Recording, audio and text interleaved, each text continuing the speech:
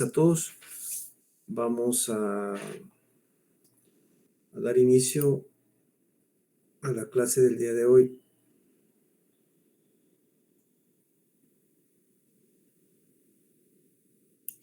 Perdón, es que están solicitando ingreso otros compañeros.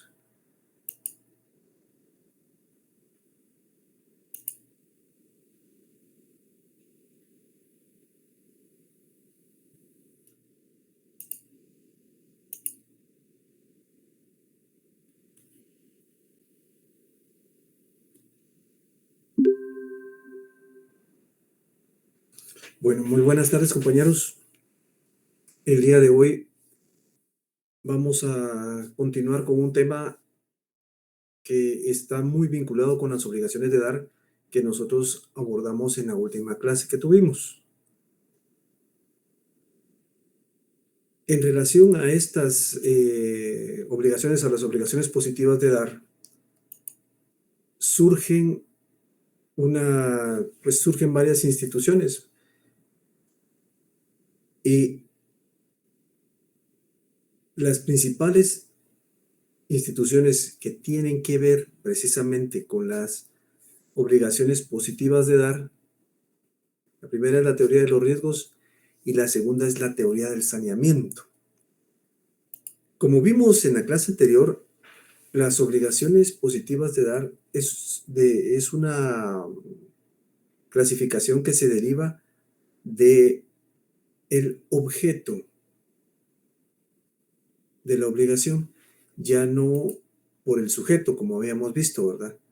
Donde abordamos las mancomunidades, vimos las diferentes divisiones que habían en relación a la cantidad de sujetos que estaban incluidos o participaban dentro de una obligación, tanto en el punto, en el polo pasivo como en el polo activo, es decir, acreedores y deudores. En este caso, como es desde el punto de vista del objeto, entonces vimos que existían obligaciones positivas, negativas, obligaciones positivas de dar, ¿verdad? Obligaciones positivas de no dar, obligaciones de hacer y obligaciones de no hacer. Entonces, había una división ahí entre obligaciones positivas y obligaciones negativas.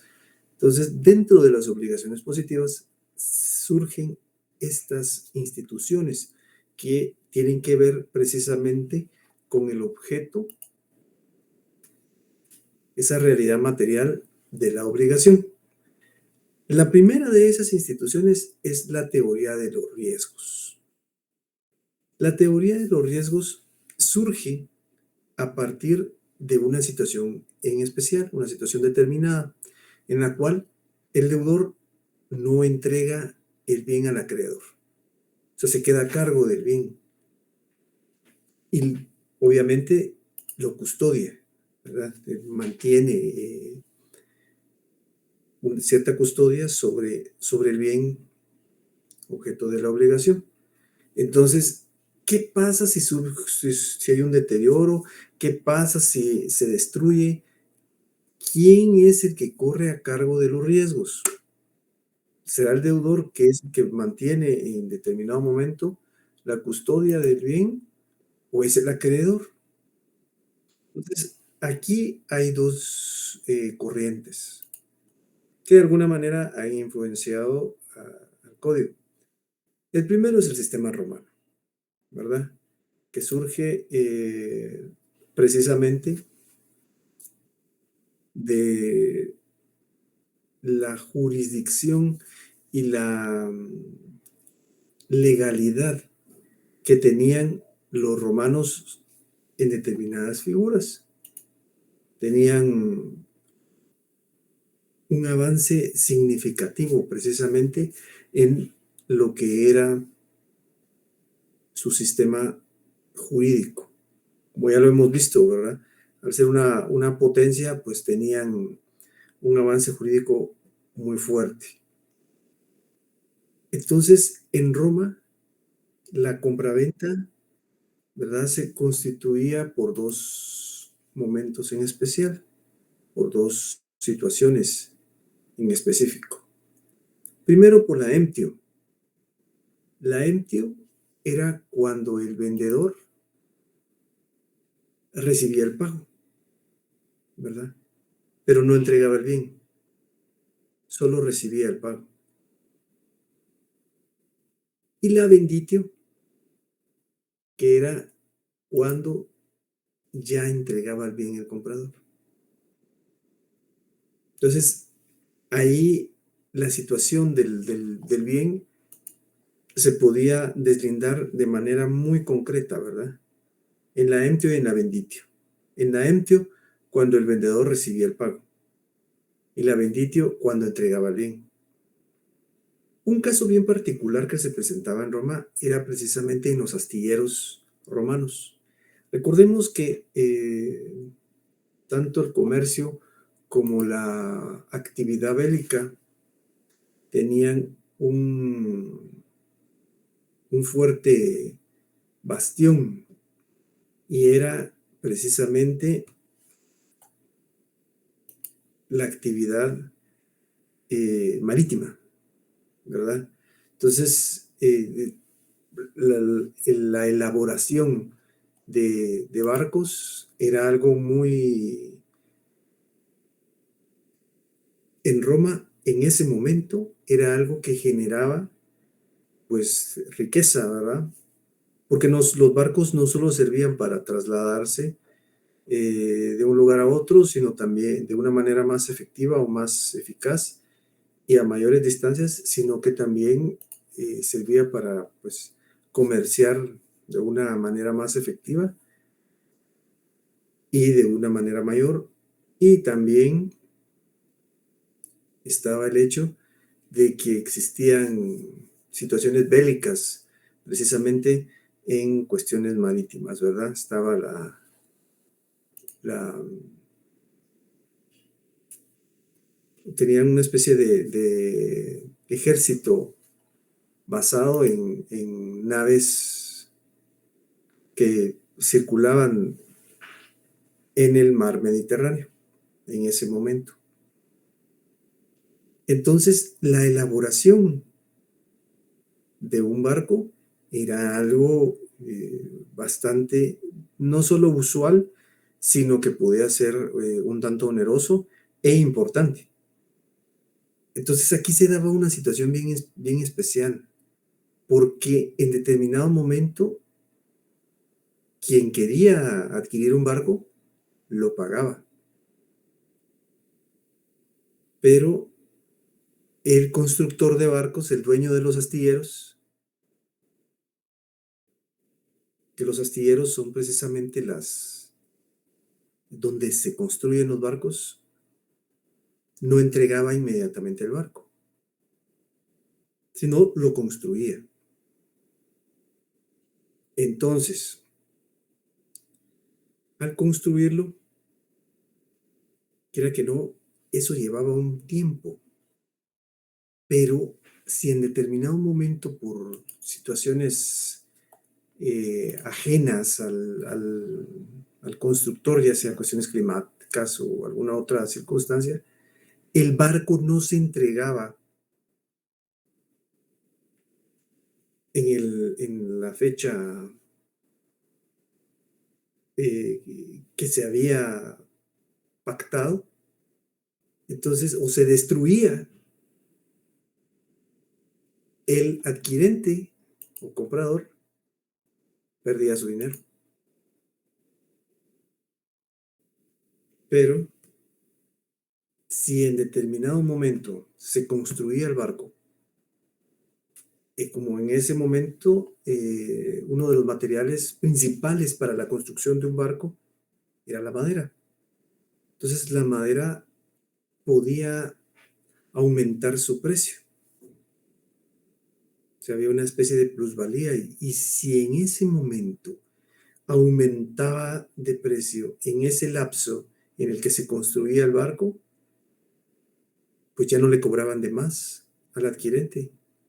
El vendedor ahí pues tenía que, ya había cobrado, ya había impuesto su precio y no había manera de que en determinado momento hubiera una como nivelación en el precio. Simplemente ahí sí se veía beneficiado el adquirente, porque el precio del barco iba a ser mayor. Pero habían riesgos dentro de esa construcción, como ya les comenté. Entonces, uno de los riesgos propios de la época, ¿verdad? Ya sea cuestiones climáticas o cuestiones bélicas. Entonces, si se destruía el barco, como les comentaba, el adquirente perdía su dinero. Entonces, ahí se toma esa situación como parte de la teoría de los riesgos, ¿verdad? La explicación que le daban los romanos era esa. Bueno, usted me pagó, pero los riesgos no los voy a asumir yo, que soy el vendedor. Pero si en dado caso también hay beneficios, no voy a asumirlos yo, que soy el vendedor. Ahí tendría que perder. Entonces, de esa manera, los romanos lo veían de una manera un poco más equilibrada, ¿verdad? Porque ya desde ese momento, como se originaban obligaciones, había que en determinado momento sopesar los riesgos que iban a afectar al objeto, a la cosa. Veamos ahora la siguiente diapositiva, compañeros. El sistema germánico. Aquí variaba un tanto a lo relacionado con lo que los romanos habían establecido, ¿verdad? Dentro del sistema germánico, si el bien se destruye en poder del vendedor, él va a ser el responsable, ¿verdad? Y debe reintegrar el dinero. Entonces, esto es importante tenerlo en consideración, porque en este caso, nuestro Código Civil se ve profundamente influenciado por el sistema germánico. Veamos ahora nuestro Código Civil, compañeros. Veamos el artículo 1320.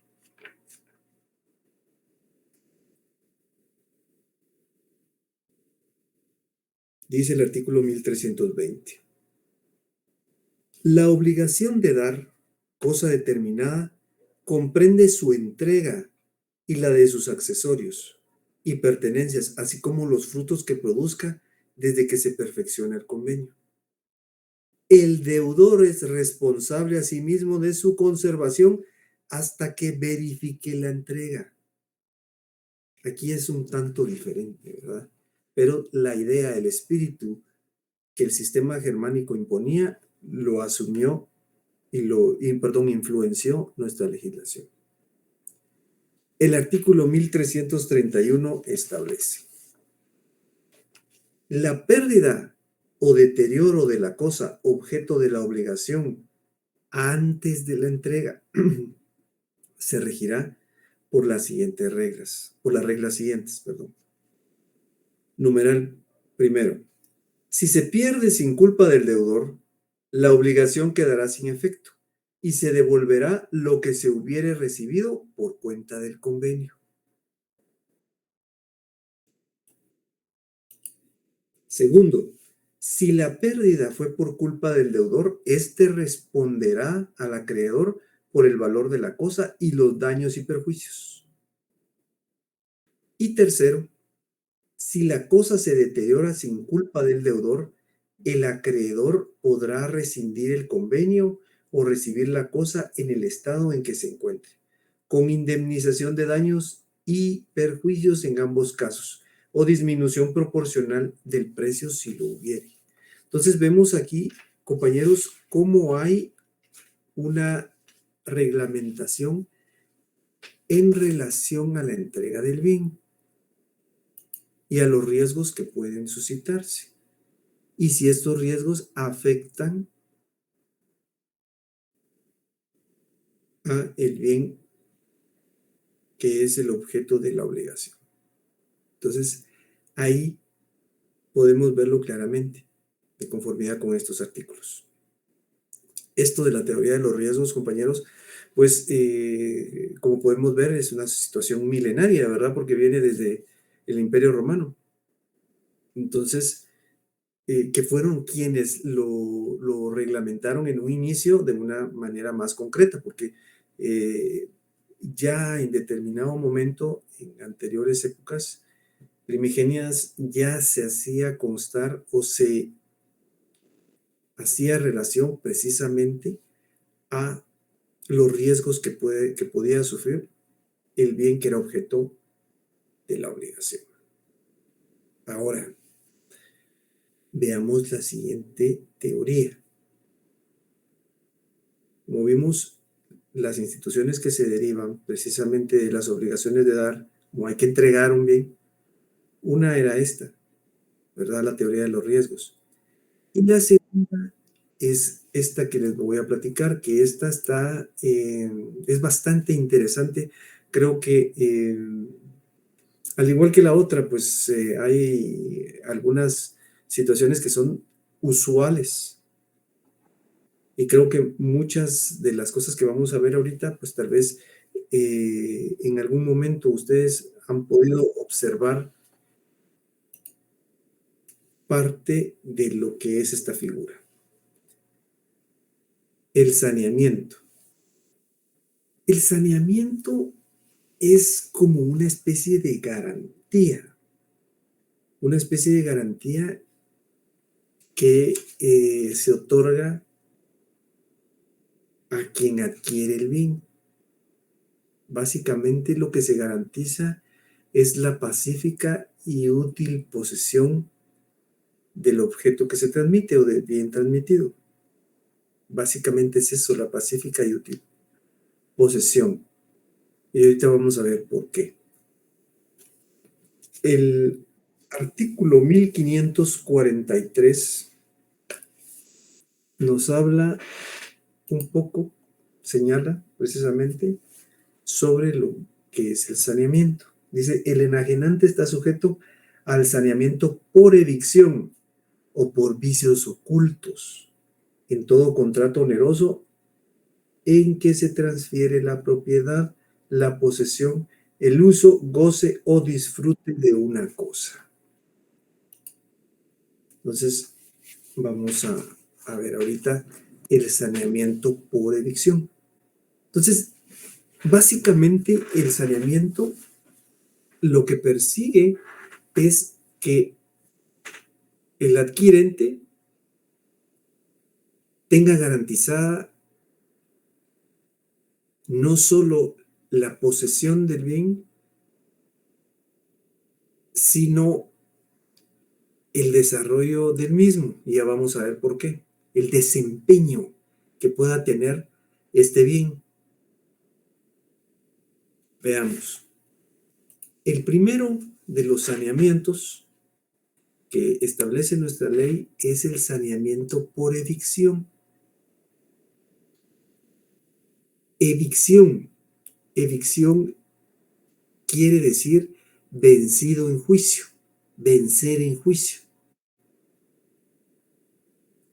¿Por qué en una situación en la cual se está trasladando un bien, recordemos que estamos dentro de las obligaciones de dar, tendríamos que mencionar esta frase, vencer en juicio? ¿Por qué? ¿Cuál es la situación? Veamos. Es cuando una persona, en virtud de haber sido vencido en juicio, afecta la pacífica y pública posesión que tiene el adquirente sobre una cosa determinada. Les voy a poner un ejemplo para que esto quede un poco más claro. Resulta que aquí, en la cuadra donde yo vivo, hay un vecino que tiene un carro muy, muy bonito.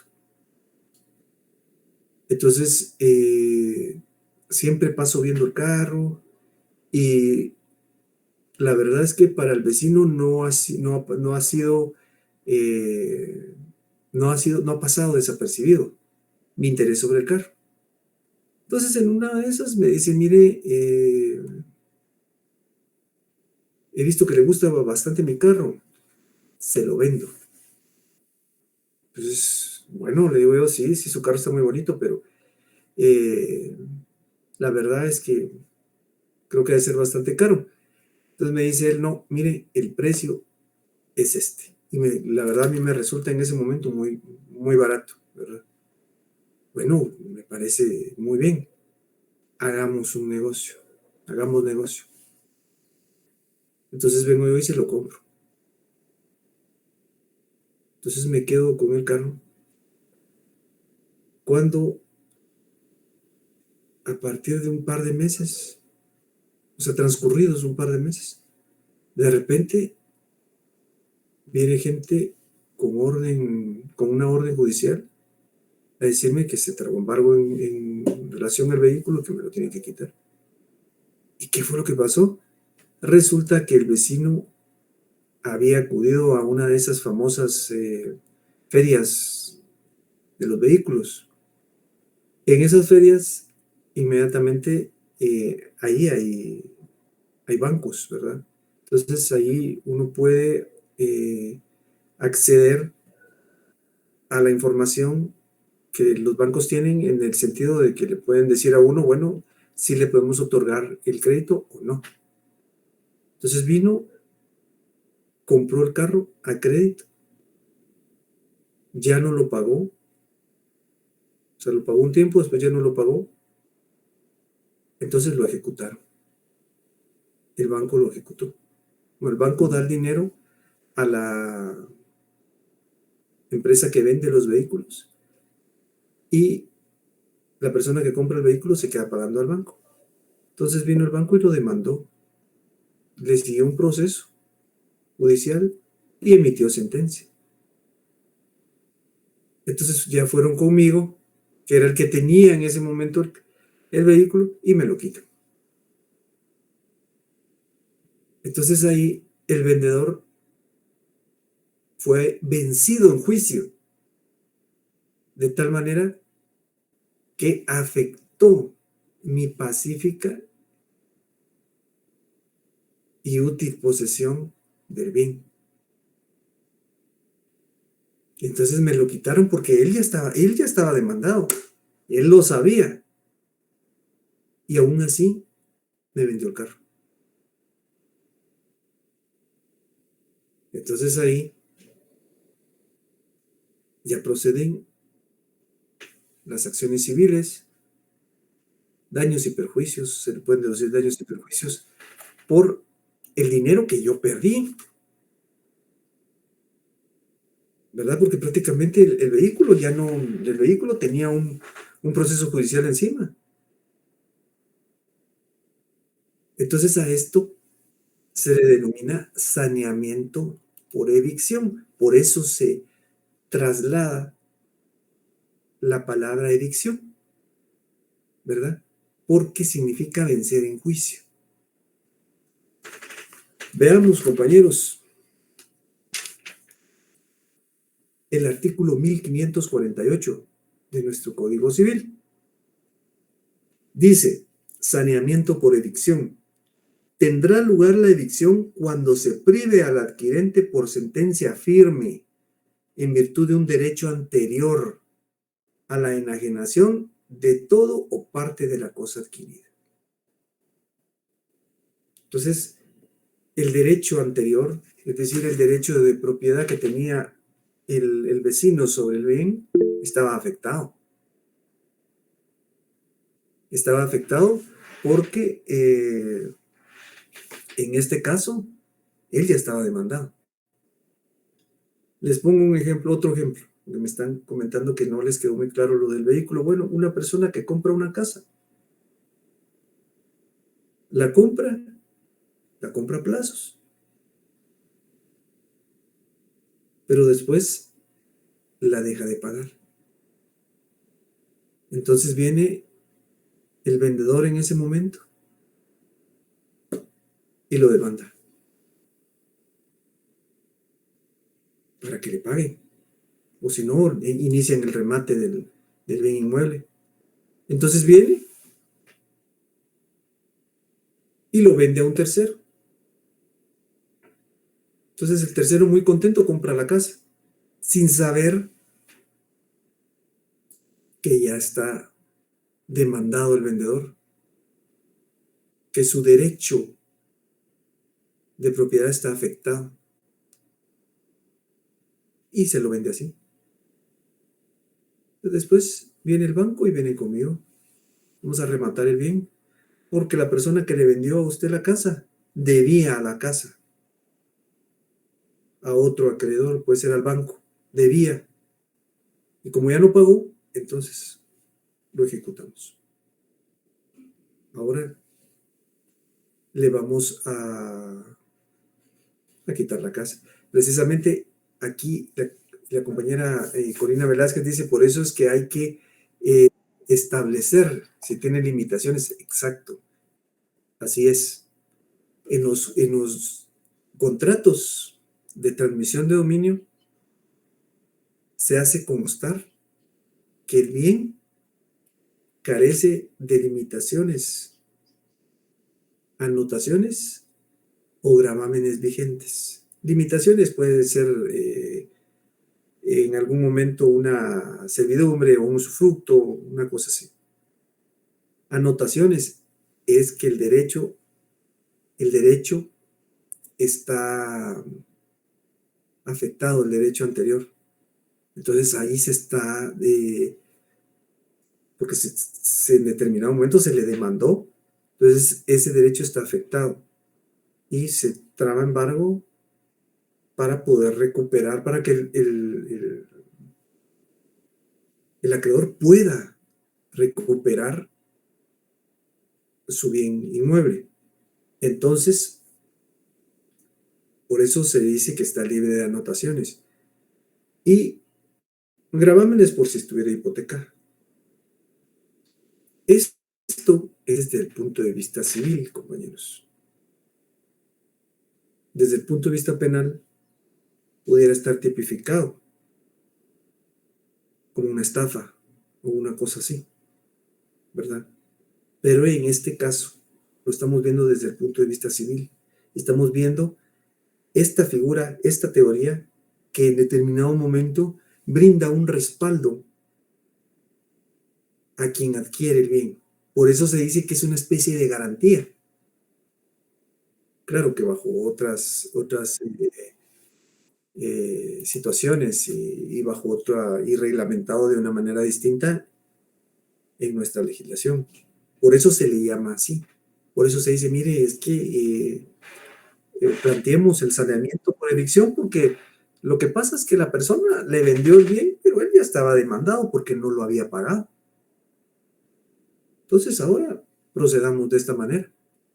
Y se procede y se le deducen daños y perjuicios. Recordemos que el derecho civil es pecuniario, entonces se le va a plantear esta acción y él va a tener que pagar. Veamos ahora el saneamiento por vicios ocultos. Realmente los dos tipos de saneamiento se presentan de manera usual dentro de la práctica, pero este en especial es una situación bien interesante porque creo que este todavía se presenta con, con más frecuencia que el anterior. Y es que, para ponerles un ejemplo, en relación al saneamiento, bueno, saneamiento por vicios ocultos es cuando tiene algún tipo de problema el bien. Y el vendedor no nos lo dice. Tiene un desperfecto mecánico o alguna cuestión así que evita que su desempeño sea óptimo. Entonces, lo que sucede aquí es que hay un problema, ¿verdad? Porque el bien está viciado. Y les pongo un ejemplo siempre con el vehículo. Resulta que compro un vehículo Y cuando compro el vehículo, a los 15, 20 días, el carro se funde.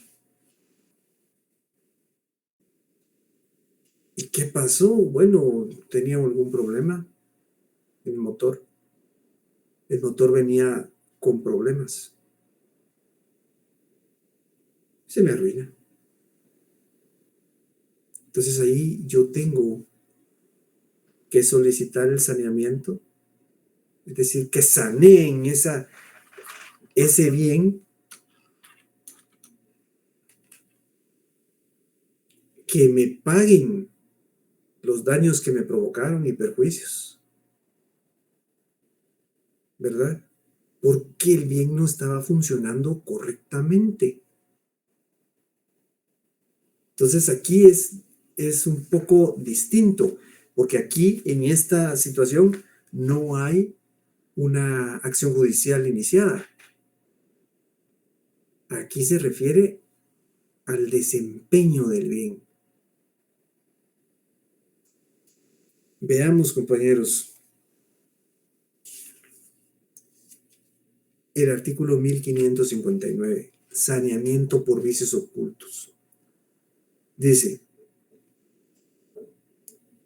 el enajenante está obligado al saneamiento por vicios o defectos ocultos de la cosa enajenada, que la hagan impropia o inútil para su uso, para el uso que se le destina, o que disminuya este uso, de tal modo que de haberlos conocido el adquirente no hubiera aceptado la cosa o el precio convenido. Si yo sabía que el carro tenía problemas, tal vez no lo hubiera comprado. Entonces, eso es lo interesante de esta situación, porque, bueno, mire, la verdad es que si el carro viene malo, yo no lo voy a comprar. Otra cosa es si yo estoy enterado y así lo compro. Entonces es diferente. Entonces eso hay que tenerlo en consideración. El artículo 1560 dice, el enajenante no es responsable de los defectos o vicios manifiestos o que están a la vista, ni tampoco de los que no lo están, si el adquirente, por razón de su oficio o profesión, debe fácilmente conocerlos, salvo el caso de que el enajenante haya declarado que la cosa se entregaba sin ningún defecto. Es aquí donde esta última parte de este artículo es la que hay que tener bien en consideración. Realmente el artículo en sí hay que considerarlo, pues, porque es parte de nuestra legislación, pero esta parte última es de lo que estamos hablando. Hay que hacer del conocimiento de una de las, de una de las, de la otra parte, el hecho de que el bien tiene problemas. De esta manera, ya no va a existir esa responsabilidad por parte del vendedor. Mire, yo le dije, le aclaré, aquí está el bien, tiene algún problema. Entonces, eso es lo que hay que tener en consideración. Veamos ahora la siguiente diapositiva.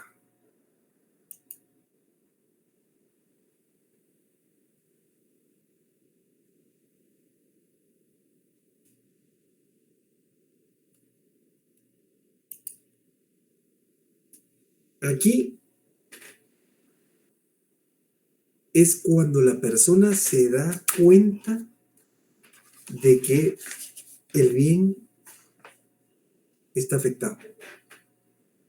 Tiene un vicio o tiene realmente un problema que impide su funcionamiento correcto. Entonces se plantean dos acciones. Se pueden plantear dos acciones. Aquí vi que varias personas decían, bueno, pues entonces se regresa al bien o se le devuelve el bien y se devuelve el dinero, pero para eso existen precisamente estas acciones de las que vamos a platicar ahorita. La primera es la acción redimitoria. ¿verdad? Me vendieron el carro no servía, ¿qué voy a hacer? Entonces, dejo sin efecto la contratación. O me vendieron una casa y la casa está a punto de derrumbarse. Entonces digo yo, bueno, no. Y no me dijeron a mí nada. Entonces rescindamos este contrato, planteemos una acción redivitoria, ¿verdad? Entonces las cosas vuelven al estado anterior. Ahí ya dejo yo sin efecto. Mi intención es dejar sin efecto ese contrato. Lo que pasa es que la rescisión, compañeros, como tal, pues las partes elaboran un contrato que deja sin efecto otro contrato. En buena parte de voluntad, pero en este caso no, porque me preguntan aquí qué pasa si la otra persona no quiere devolverlo. Pero lo que sucede es que la acción redevitoria es una acción que vamos a plantear ante un juzgado, ante un órgano jurisdiccional, y de esa manera va a venir la orden. Bueno, deje sin efecto el contrato, que las cosas, devuelva el dinero y devuelva el objeto. Entonces, eso en determinado momento hace que las cosas queden sin efecto. El otro ejemplo que yo les planteaba aquí era en relación a la compra de un bien inmueble que tiene un abrevadero, porque yo tengo ganado. Pero resulta que el ganado se está muriendo porque el abrevadero no funciona. Ahí ya no hay agua. Y eso no me lo advirtieron. Entonces plantea una acción redivitoria. Y eso rescinde el contrato. Y las cosas vuelven al estado anterior. Pero también hay otra acción. Resulta que yo compré un vehículo y el vehículo tenía mal el motor, pero el carro me gusta mucho. Está muy bonito y mire, lo que pasa es que hay que invertirle, ¿verdad? Entonces ahí lo que se plantea es una acción denominada estimatoria, acción estimatoria, o como los romanos la denominaban quanti minoris. Esta acción lo que hace es que reduce el precio, deduce del precio la reparación que hay que efectuar. Entonces, supónganse, el carro cuesta 40,000 quetzales, pero se fundió el motor. Entonces tengo que repararlo y la reparación cuesta 10,000 quetzales. Entonces lo que yo le tengo que pagar son 30,000. Se reduce el precio porque se deduce la reparación del precio total.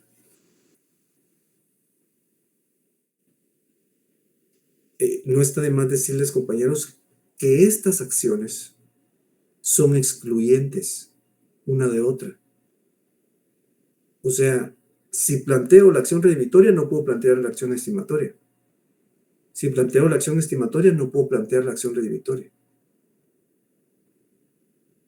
Porque una acción da acceso a que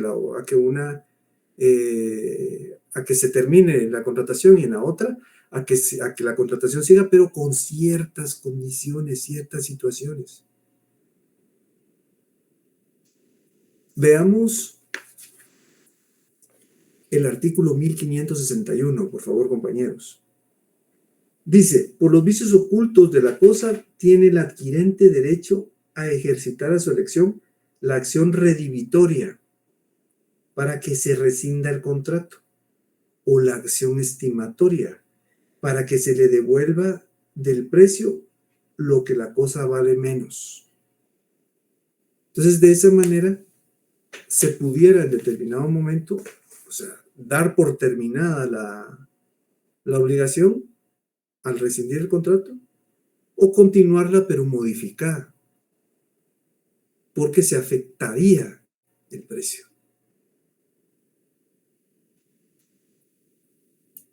Veamos la siguiente diapositiva, compañeros.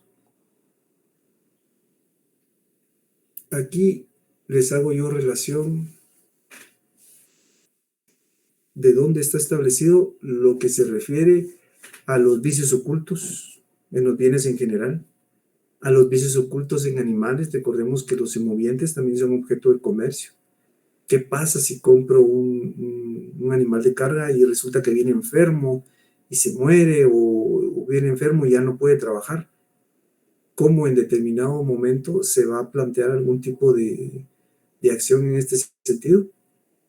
Y por último, tenemos los vicios ocultos de los bienes inmuebles, regulados en el artículo 1570. Ahora, la acción que se va a plantear, ya sea la acción redimitoria o estimatoria, cuando prescriben, está establecido en el artículo 1572 del Código Civil, ¿verdad? Entonces, deben de ejercitarse dentro de los 6 meses de celebrado el contrato. Se tienen que plantear estas acciones. Recordemos que estas acciones van directamente al saneamiento por vicios ocultos, ¿verdad? En el caso de animales, como es una situación especial, el saneamiento prescribirá 15 días después de que se efectúe la compra. Entonces, eso es para el tiempo en el cual se debe de plantear la acción para reclamar el derecho que se está violentando. Y por último, les ponía yo aquí algo que ya les trasladé, es que no está de más decir que una acción excluye a la otra, ¿verdad? Porque la primera deja sin efecto la obligación, la contratación. Y la otra solo lo modifica, porque deduce los gastos que se están realizando por las reparaciones que se van a desarrollar. Entonces, compañeros, ¿tienen ustedes alguna duda, inquietud o observación? Ver la compañera Jamie Anaí Cruz Escobar levantó la mano. Buenas noches, licenciado. Una pregunta. Sí, compañera. ¿Qué sucede cuando no hay contrato? ¿Se podría implementar alguna de estas figuras, licenciado? Cuando no existe, lo que pasa es que en este caso se acude con el juzgador, ¿verdad? Al órgano jurisdiccional correspondiente, y se tienen que aportar las pruebas correspondientes, ¿verdad? Para establecer que sí existe una obligación, que tal vez en determinado momento no, por dejadez, ¿verdad? No se constituyó de manera escrita, pero sí existe. Y vemos que hay que se quiso pasar de listo una de las partes. Entonces, de esa manera, ya el juez emitirá ya su resolución, ya resolverá en ese sentido, y mandará ya sea a que se deje sin efecto esa obligación, o que se deduzca la parte que corresponde. No sé si respondo a su pregunta, compañera. Sí, licenciado. Muchas gracias. A la orden. A ver, compañeros, otra inquietud, otra observación. Este tema es un tema bien interesante porque es un tema que se da con mucha frecuencia. Es por eso que debe de hacérsele constar a la otra parte cuál es la situación del objeto que está siendo el actor principal en la obligación, ¿verdad? Debe de establecerse si tiene limitaciones, si tiene anotaciones, si tiene gravámenes. La contratación debe de ser, a mi criterio, siempre por escrito. Sí hay una excepción, y es cuando el contrato, la cuantía del contrato, es decir, el valor del contrato no excede los 300 quetzales, entonces la ley sí establece que el contrato puede ser oral. Pero eso es complicado, entonces eso trae problemas porque después hay que comprobar la existencia de la obligación por medios de probatorios correspondientes y eso no solo lleva tiempo, sino dinero. Entonces, como una recomendación de tipo personal es que la mayoría de contratos o cada vez que se vaya a efectuar un contrato que va a generar una obligación o la va a modificar o la va a extinguir, que sea por escrito.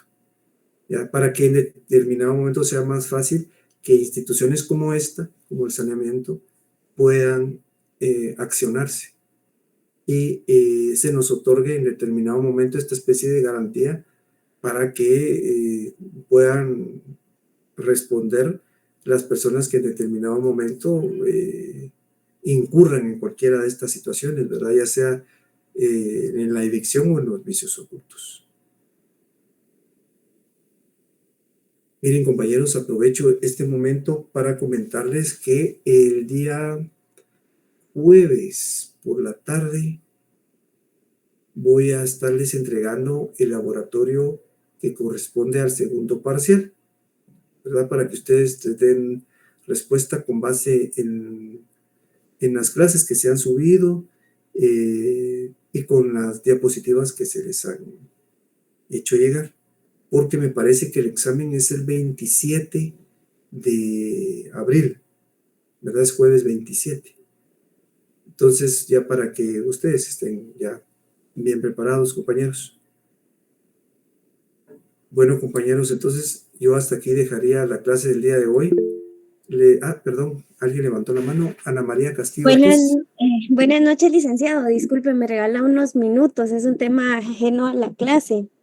Bueno, entonces voy a dar por terminada la clase y ahorita me platica usted. Entonces, compañeros, que pasen ustedes una feliz noche, compañeros. Dios los bendiga. Nos vemos entonces el día jueves por esta misma vía y siempre en el mismo horario.